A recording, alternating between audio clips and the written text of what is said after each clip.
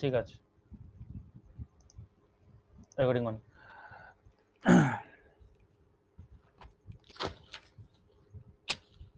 দেখো, subject verb agreement chapter তো তোমরা বই থেকে পড়েছো, অনেক ইউটিউব দেখেছো বা অনেক স্যারের কাছেও পড়েছো। এবার আমার কাছে পড়ো। সাবজেক্ট ভার্ব এগ্রিমেন্ট, তো নাম শুনেই বুঝতে পারছো এগ্রিমেন্ট একটা কন্ট্রাক্টে আবদ্ধ সাবজেক্ট এবং ভার্ব একে অপরের সাথে একটা কন্ট্রাক্টে আবদ্ধ। অর্থাৎ আমাদের একটা বাক্যে সাব মানে ভার্ব কোনটা বসাবো সেটা কিন্তু ডিপেন্ড করে সাবজেক্টের উপর, এক নম্বর পয়েন্ট। আর একটা জিনিসের উপর ডিপেন্ড করে যে ভার্ব কি হবে, সেটা হচ্ছে টেন্সের উপর, তাই না? টেন্সের উপর আমরা তো টেন্স চ্যাপ্টারে পড়েছি, সেটাও ডিপেন্ড করে। তাহলে এখানে আমরা যেটা পড়বো সাবজেক্টের সাথে ভার্বের যে সম্পর্ক, অর্থাৎ সাবজেক্ট কি হলে ভার্ব কি হবে সেই জিনিসটা, এটাই হচ্ছে সাবজেক্ট ভার্ব এগ্রিমেন্ট চ্যাপ্টার। এর ডেফিনিশন লেখার প্রয়োজন নেই, বলেই তো দিচ্ছি, আলাদা করে ডেফিনিশনের কোনো প্রয়োজন নেই। আমরা মেন জায়গায় চলে আসছি। মেন জায়গাটা হচ্ছে point number 1।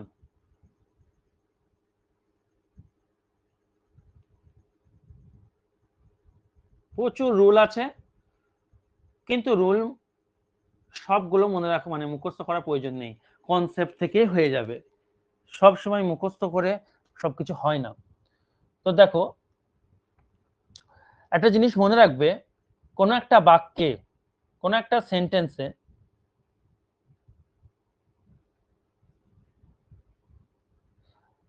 Number of subject is equal to number of main verb. কোন একটা বাক্যে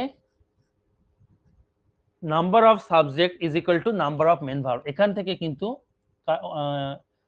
কি বলে কারেক্ট ফর্ম অফ ভার্ব বলে যে চ্যাপ্টারটা আছে অনেকাংশে হেল্প পাও। কিরকম? তুমি দেখবে একটা বাক্যে সাবজেক্ট কটা রয়েছে, তাহলে যদি একটা সাবজেক্ট থাকে মেন ভার্ব একটাই থাকবে, সাবজেক্ট যদি দুটো থাকে মেন ভার্ব দুটো থাকবে, এটা কিন্তু মাথায় রাখতে হবে। যেমন হি ইজ আ টিচার। আবার আমি এরকম বলতে পারি রাম অ্যান্ড শ্যাম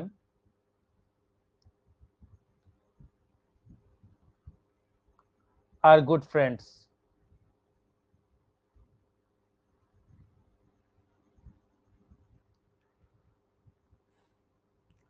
ঠিক আছে, এক্ষেত্রে দেখো কি ঘটনা ঘটছে, স্যার এখানে একটাই ভার্ব আছে, তার মানে এটা মেন ভার্ব, তাহলে একটা সাবজেক্ট থাকতে হবে, এই যে আছে, এটা তো পরিষ্কার বোঝা যাচ্ছে।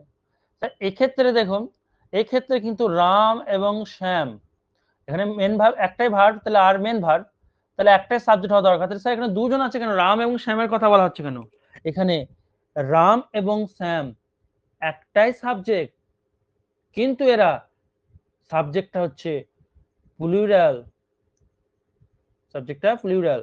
ঠিক আছে, একটাই সাবজেক্ট কিন্তু প্লুরাল। আর এখানে সাবজেক্ট একটা, কিন্তু এই সাবজেক্টটা কি ছিল, সিঙ্গুলার। হলো?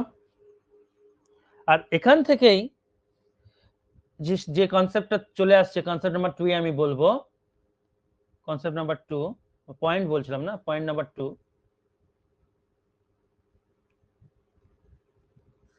এখান থেকেই আমরা তৈরি করছি যে a singular subject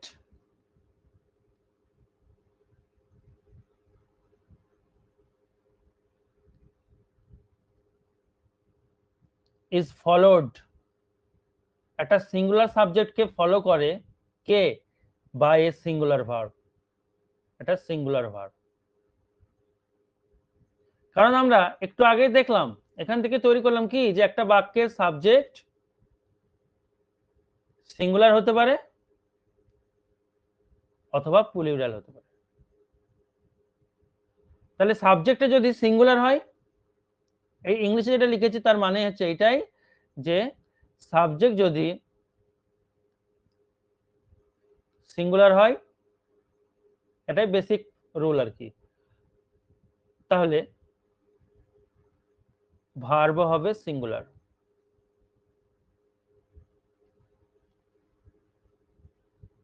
হলো? আর ঠিক উল্টোটা কি, a plural verb is followed by a plural verb। তার মানে সাবজেক্ট যদি পুরো সাবজেক্ট হবে এটা। হ্যাঁ কি বলো? ও আচ্ছা এইটা এটা না, এটা ভুল লিখেছি। হ্যাঁ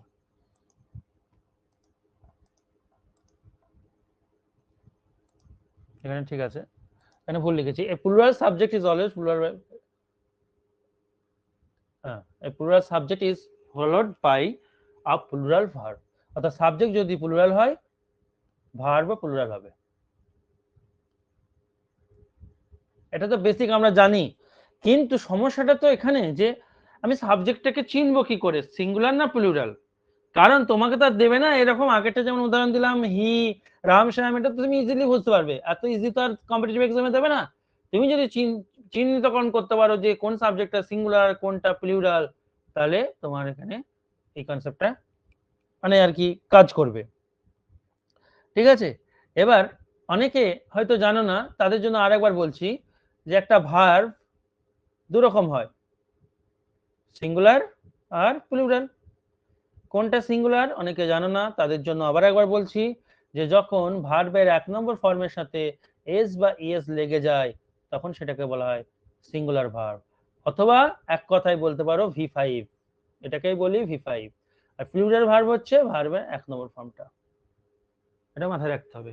আর একটা জিনিস, মজার জিনিস দেখো,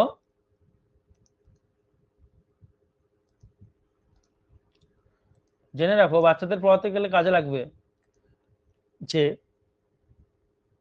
কোন নাউন তার সাথে যখন আমরা এস বা ইএস লাগাই তখন কিন্তু সে হয়ে যায় প্লুরাল নাউন। যেমন বয়, এর সাথে যখন এস লাগাবো প্লুরাল নাউন হয়ে যাবে বয়েজ। কিন্তু মজার বিষয়, কোন ভার্বের সাথে যখন আমি এস বা ইএস লাগাবো তখন সেই ভার্বটার নাম কিন্তু সিঙ্গুলার ভার্ব। যেমন গো, তার সাথে এখন ইএস লাগাবো তৈরি হবে গোজ, এটা V5 মানে সিঙ্গুলার ভার্ব। পুরো উল্টো এটা, ঠিক আছে? এই জিনিসটা মাথায় রেখো, পড়াতে কাজে লাগবে।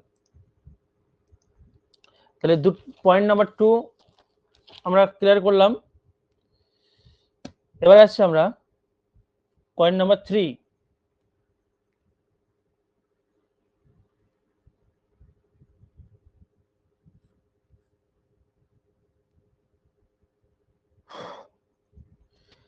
পয়েন্ট নাম্বার 3 আমি হেডিং দেবো কনসেপ্ট অফ প্রিপোজিশন, কারণ এখানে খুব খুব রোল প্লে করে, ইম্পর্টেন্ট রোল প্লে করে আর কি। প্রিপোজিশন 1, কনসেপ্ট অফ প্রিপোজিশন 1, অর্থাৎ দুটো কনসেপ্ট হবে এখানে।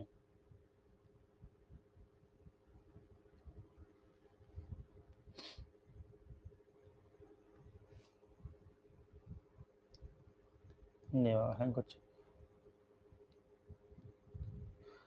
যেমন শুনো ভালো করে শুনবে, কোন প্রিপোজিশন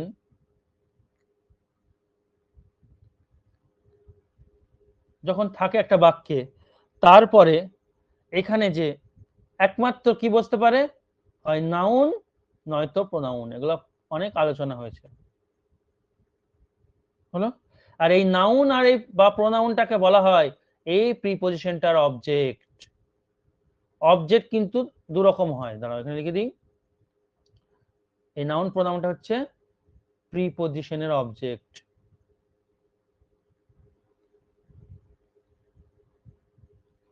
অবজেক্ট কিন্তু দু রকম হয়, একটা ভার্বের অবজেক্ট, একটা হচ্ছে প্রিপোজিশনের অবজেক্ট। তো যে অবজেক্ট প্রিপোজিশনের পাশে বসবে, যে ওয়ার্ডটা সে হবে প্রিপোজিশনের অবজেক্ট, এবং সেটা কনফার্ম হয় নাউন হবে নয়তো প্রোনাউন। কারণ আমরা জানি একটা বাক্যের সাবজেক্ট হয় নাউন বা প্রোনাউন হয়, অন্য কিছু হয় না। ঠিক একটা বাক্যের অবজেক্ট হয় নাউন বা প্রোনাউন হয়, অন্য কিছু হয় না। সেটা ভার্বের হতে পারে অবজেক্টটা, বা প্রিপোজিশনের হতে পারে। হলো? বেশ, এবার যেটা বলছিলাম, উদাহরণ দিই, এটা কি কাজে আমরা লাগাবো।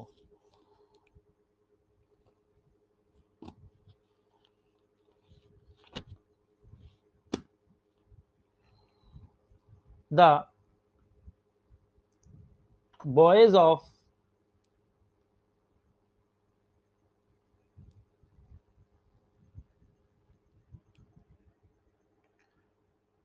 West Bengal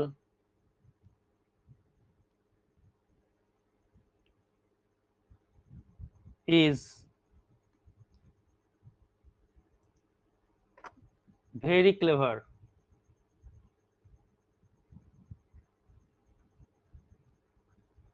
ঠিক আছে, তোমাকে বলবে কোথায় ভুল আছে। তাহলে আমরা কি দেখলাম শোনো, তোমরা জানো অনেকে, আগেও আমার কাছে এগুলো পড়েছো, বা ইউটিউবে প্রচুর ফ্রিতে ভিডিওতে অনেক আসে।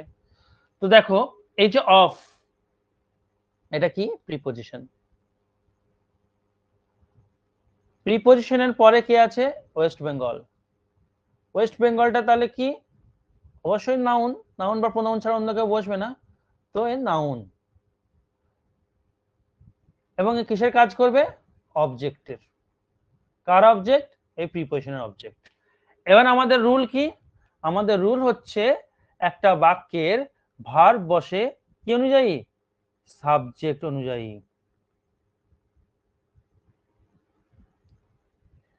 একটি বাক্যে ভার্ব বসে, অবজেক্ট অনুযায়ী নয়, অনুযায়ী নয়। ঠিক আছে, তাহলে এ যদি তোমার অবজেক্ট হয়, এ যদি তোমার অবজেক্ট হয়, ওয়েস্ট বেঙ্গলকে দেখে তুমি ইজ বসিয়ে দেবে না। অনেকে ভাববে no error, West Bengal easy তো হয়, একটাই রাজ্য। কিন্তু না, আমার বসবে কে দেখে? কি দেখে? এই প্রিপোজিশনের আগে যে আছে একে দেখে। যদিও গোটাটাই সাবজেক্ট, ওয়েস্ট বেঙ্গলের ছেলেরা খুব চালাক, তো গোটাটাই সাবজেক্ট, কিন্তু সাবজেক্টের এই পার্টটা দেখে বসাবো, ওদিকটা তো অবজেক্ট, এই পার্ট হলো। তাহলে এই পার্ট অনুযায়ী বয়েজ আছে, কোন দিক দিয়ে নিয়ে যাওয়া যায় বলো তো? এই ছোটবেলায় খেলেছিলাম, লেগে গেলে হবে না, যা লেগে গেল। এইখানে কি হবে তাহলে? দা বয়েজ ইজ হবে না। আর আমি নাই ছোট উদাহরণ দিলাম, কিন্তু এই কনসেপ্টে থাকবে, বড় বড় ইচ্ছা করে উদাহরণ দেবে, কোনো কোনো তাতে লাভ নেই, কনসেপ্ট এটাই। এবার তাহলে চলো আমরা এটা আরেকবার ছকে দেখিয়ে দিই। ছকটা হচ্ছে, কোনো নাউন থাকবে এখানে, তুই বলতে পারো নাউন নাম্বার 1, তারপরে কোনো প্রিপোজিশন থাকবে, আমি এটা লিখলাম, প্রেপ লিখলাম, হ্যাঁ, প্লাস আবার একটা নাউন এলো, তো নাউন নাম্বার 2, তারপর এই যে ভার্বটা, তারপর কোনো অবজেক্ট অবজেক্ট এলো, আদার ওয়ার্ড। ওকে, সো কি করতে হবে আমাদের? প্রিপোজিশনের পরে যে নাউনটা থাকে সে কি হয় গো? এটা অবজেক্ট হয়। তাহলে এই ভার্বটা কিন্তু এই অনুযায়ী আমি বসাবো না, আমি ভার্বটা কি অনুযায়ী বসাবো? এই নাউন অনুযায়ী। ক্লিয়ার? এটা কেটে দিই, লিখে ভুলে তোমরা ভাববে কি সব। ঠিক আছে, তার অবজেক্ট মানে অনুযায়ী স্যার কখনো ভাবটা ভার্ব বসবে অলওয়েজ না। কি সাবজেক্ট অনুসারেই হবে? একদম, এটাই রুল। তো এই অনুযায়ী হবে ভার্বটা। সে ভার্বটা সিঙ্গুলার না প্লুরাল দেবো? নাউন যদি সিঙ্গুলার হয়, ভার্বটা হবে সিঙ্গুলার। নাউন যদি প্লুরাল হয়, you have to use plural verb. Okay, কারোর কোনো ডাউট? No doubt. এরকম করে তোমাকে 100টা নাউন, প্রিপোজিশন আর নাউন অ্যাটাচ করে দেখ, একই রুল, রুল নেই। যেমন ধরো এরকম, নাউন নাম্বার 1 প্রিপোজিশন, আবার একটা নাউন এলো 2, আবার প্রিপোজিশন এসছে, আবার একটা নাউন এলো, নাউন নাম্বার 3, আবার প্রিপোজিশন এসছে, এরকম করে চলতে পারে, তারপর ভার্ব। ওকে, তো তোমাকে কি করতে হবে, ইউ হ্যাভ টু ডু, এটা কি করতে হবে, প্রিপোজিশনের পরে যে থাকে সে নাউনটা কি, অবজেক্ট। প্রিপোজিশনের পরে যে নাউনটা থাকবে সে কি, এটা এর অবজেক্ট, এই প্রিপোজিশনের অবজেক্ট এইটা হলো। এই প্রিপোজিশনটা আর হবে না, না আমি এটা এটা এক্সট্রা দিয়ে দিয়েছি। এটা দাও, দিয়ে আর একটা নাউন দিয়ে দাও, তাহলেই তো হবে। এটা প্রিপোজিশন, তারপর নাউন নাম্বার 4 হলো। তাহলে এখানে এটাও অবজেক্ট, কার অবজেক্ট, এই প্রিপোজিশনটার অবজেক্ট। তাহলে আমার ভার্ব বসবে কিন্তু সেই একটাই জিনিস, এই যে প্রথমে যে আছে এই অনুযায়ী ভার্ব বসবে। ক্লিয়ার? সিঙ্গুলার হলে সিঙ্গুলার, প্লুরাল হলে প্লুরাল, এরকম করে 100টা দেখ কেন, কনসেপ্ট কিন্তু একটাই।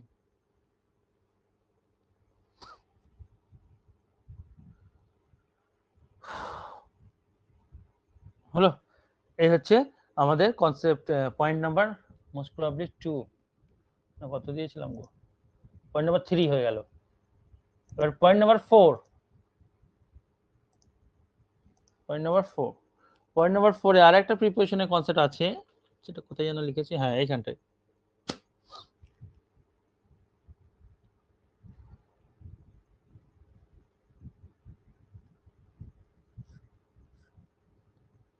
এটা হেডিং দেবো, কনসেপ্ট অফ প্রিপোজিশন 2। মেন জিনিসটা বলেই দিয়েছি, একই জিনিস ঘোরাফেরা করবে। সেটা কি দেখো,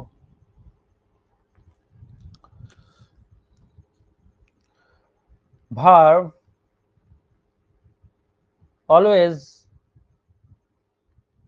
comes according to the subject, যেটা বলছিলাম বাংলায় সাবজেক্ট অনুসারে ভার্ব আসে, according to the subject of a sentence,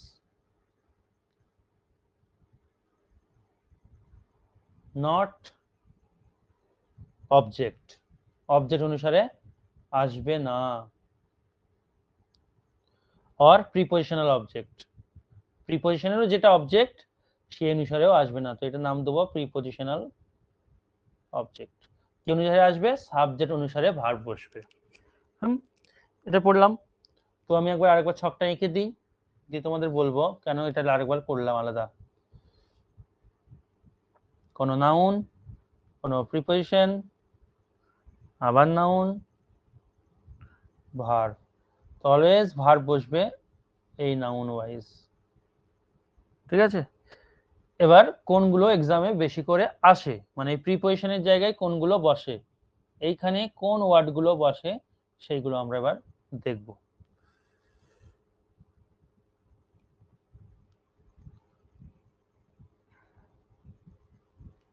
with,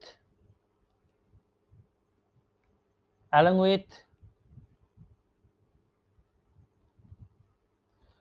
Bangla বইয়ে দেখবা তোমাদের লেখা আছে যে দুটি subject with, along with, together with, এইগুলো দিয়ে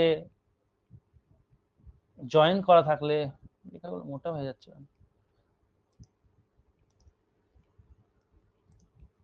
নতুন করে লিখে দিচ্ছি, দাও বক্স করে।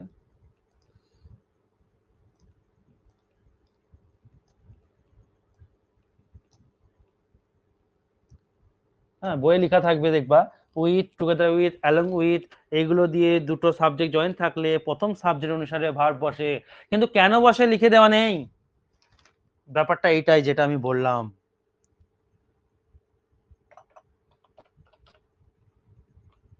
দাঁড়াও, একটু মোটা করে দেবো, চিন্তা নেই।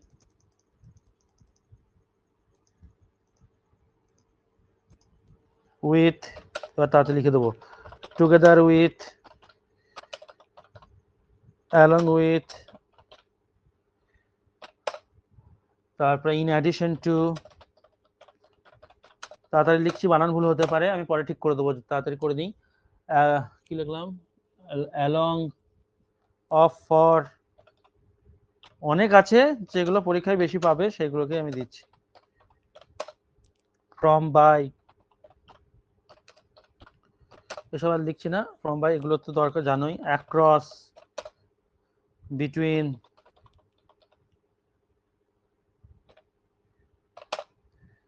behind, beyond,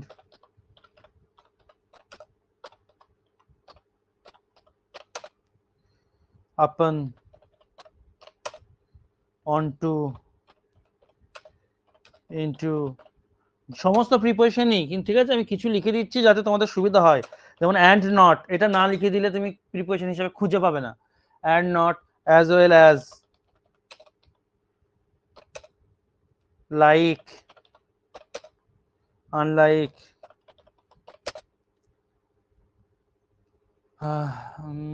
বেশ। আর ইম্পর্টেন্ট কি, এক্সক্লুডিং, তারপরে company of, except, but, besides, company of, accompany by, তারপরে এক্সক্লুডিং হলো এক্সেপ্ট, বাস, এটসেট্রা, এগুলোই আসে, এটসেট্রা। এরা মাঝে থাকবে, ঠিক আছে? আমি দেখাচ্ছি কেমন ভাবে।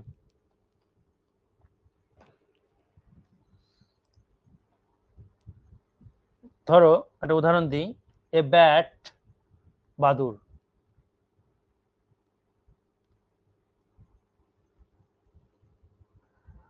এ ব্যাট, আনলাইক আদার বার্ডস, এখানে ব্যাট মানে বাদুর, হ্যাঁ? Unlike other birds have teeth, দাঁত আছে। মানে দাঁত নেই হবে এখানে, অন্য পাখির দাঁত আছে, এদের দাঁত নেই। এবার বলো কি উত্তর হবে?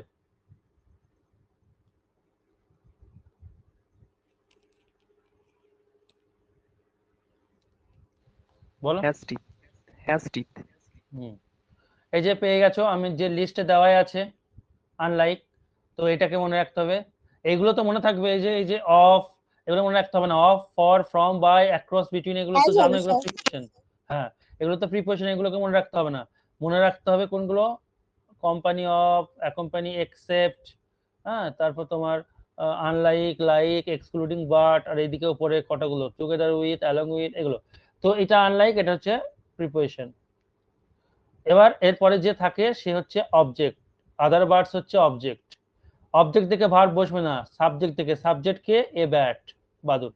তো এ ব্যাট, একটা ব্যাট, সেই জন্য হ্যাভ না হয় কি হবে? হ্যাজ। এক্সামের কোয়েশ্চেন, বুঝতে পারছো? তো এটা হচ্ছে প্রিপোজিশনের দ্বিতীয় কনসেপ্ট। তো প্রিপোজিশনের কনসেপ্ট দুটো শেষ করলাম, পরের দিন আমরা কন্টিনিউ করব। পরের দিন এখান থেকে কন্টিনিউ করব। আর